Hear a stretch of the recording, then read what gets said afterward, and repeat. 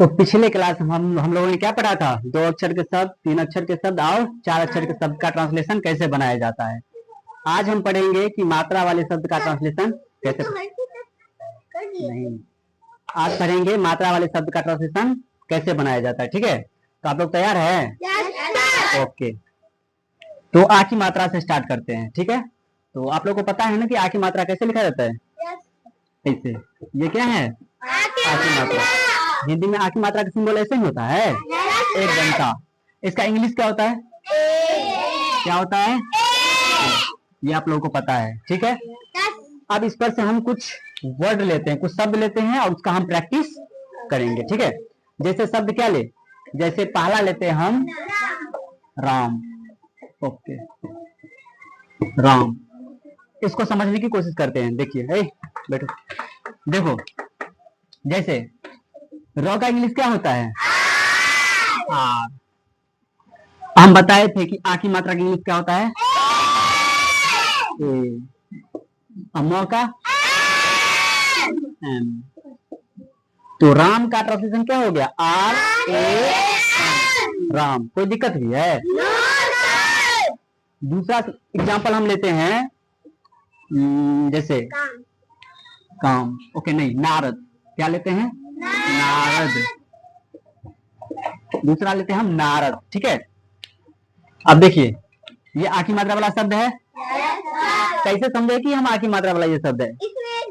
एक डंडा लगा हुआ है। ठीक है, तो ये कौन सा मात्रा वाला शब्द है? आ की मात्रा वाला शब्द है। किस में लगा है? नौ में लगा है। ठीक है, तो नौ का इंग्लिश क्या होता है? एन होता है। आ की मात्रा का इंग्लिश क्या होता है?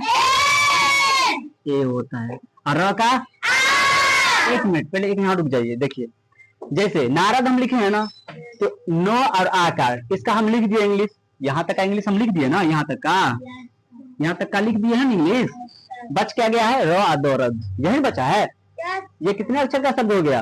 2 अक्षर का शब्द। हम लोगों ने फर्स्ट क्लास में पढ़ा था कि 2 अक्षर का शब्द का ट्रांसलेशन कैसे बनाया जाता है, पढ़ा था ना? ठीक है, तो दिक्कत नहीं होना चाहिए। ओके, अब बताइए, र का क्या होता है? आर। और ड का? और बीच में क्या देना है? ओके, कोई दिक्कत? अब हम लेते हैं शारदा। क्या? शारदा। ठीक है, शारदा। अब बताइए, इसमें यहाँ भी आ की मात्रा है और यहाँ भी आ की मात्रा है। इसका कैसे बनाएंगे? अब बताइए, तालम सो का क्या होता है? S H. क्या होता है? आ की मात्रा का क्या होता है? ए। और र का? यहाँ पर ए देंगे? यहाँ नहीं पड़ेगा। ठीक है, अब दे भी सकते हैं, कब देना है हम बताएंगे। ठीक है, अब बताइए, ड का क्या होता है? और आ की मात्रा क्या होता है? शारदा। हो गया ना? S H A R D, Sharda. ये हमारा था आ की मात्रा वाला कुछ एग्जाम्पल, जो कि आप लोगों को हम बता दिए हैं। ठीक है, कोई दिक्कत भी है?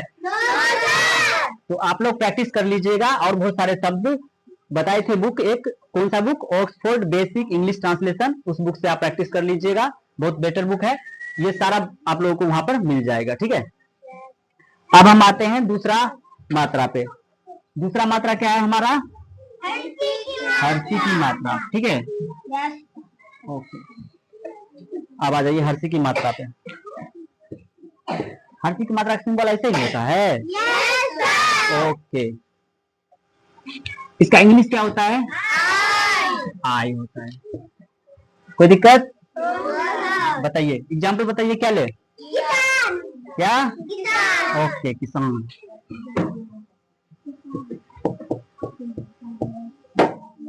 किसान। अब बताइए, हर्षी की मात्रा वाला शब्द है? कैसे समझे हम? इस मात्रा समझे ना कि इसमें हर्षी की मात्रा लगा है, इसलिए यह हर्षी की मात्रा वाला शब्द है ना? ओके, तो अब इसका ट्रांसलेशन बनाइए। क का क्या होता है? हर्षी की मात्रा का? आई। यहाँ तो कोई दिक्कत है? अब इसका हम लिख लिया, इसका ट्रांसलेशन बन गया है। बच क्या गया है? अब ये आ की मात्रा वाला शब्द हुआ। अब ये भी पढ़े हैं। ओके, क्या होगा? SAN। कोई दिक्कत? अब दूसरा एग्जाम्पल बताइए। किताब। किताब। चलिए क्या ले? किताब ले लेते हैं। किताब ले लेते हैं क्या? चलिए किताब का बनाइए। कौन बनाएगा? बताइए क्या होगा? KITAB।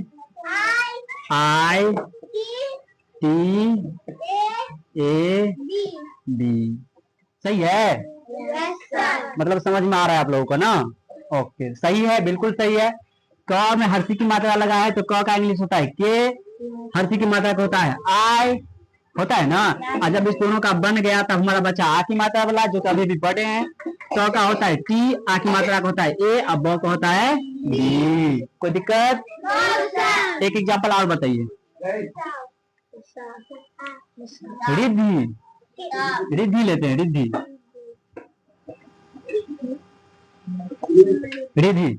ओके, इसमें देखिए दो दो में हर्षी की मात्रा लगा है ना? ओके, इसको बनाइए। अब बताइए र का क्या होता है? आर। और रोम भी हर्षी की मात्रा लगा है और भाव में भी हर्षी की मात्रा लगा है। उसके बाद क्या लिखेंगे? आई। उसके बाद घ का क्या होता है? ये मत समझिएगा ये घ है। ध और घ में फर्क होता है, पता है ना? ओके, तो ध का क्या होता है? DH। हर्षी की मात्रा क्या होता है? आई। तो RIDHI क्या हुआ? रिद्धि। अब तो कोई प्रॉब्लम नहीं होना चाहिए, ठीक है? हर्षी की मात्रा में कोई प्रॉब्लम नहीं होना चाहिए। अब आ जाइए कौन सी मात्रा पे? दीर्घी की मात्रा पे। दुर्गी नहीं, दीर्घी की मात्रा, ठीक है? क्या? दीर्घी की मात्रा। अब बताइए दीर्घी की मात्रा का सिंबल कैसे होता है हिंदी में? अरे ऐसे नहीं होता है, आगे से पीछे कैसे? ये दीर्घी की मात्रा का सिंबल हुआ। हाँ, अब बताइए इसका इंग्लिश क्या होता है? Double E. अब इसमें शब्द बताइए। नहीं पता है इसको? हाँ, इमली। ये भी ठीक है। दूसरा किसी को नहीं पता है? लड़का इधर देखो। नीरज। क्या? नीरज, ठीक है? दीर्घ की मात्रा लगा है। ओके, किस में लगा है?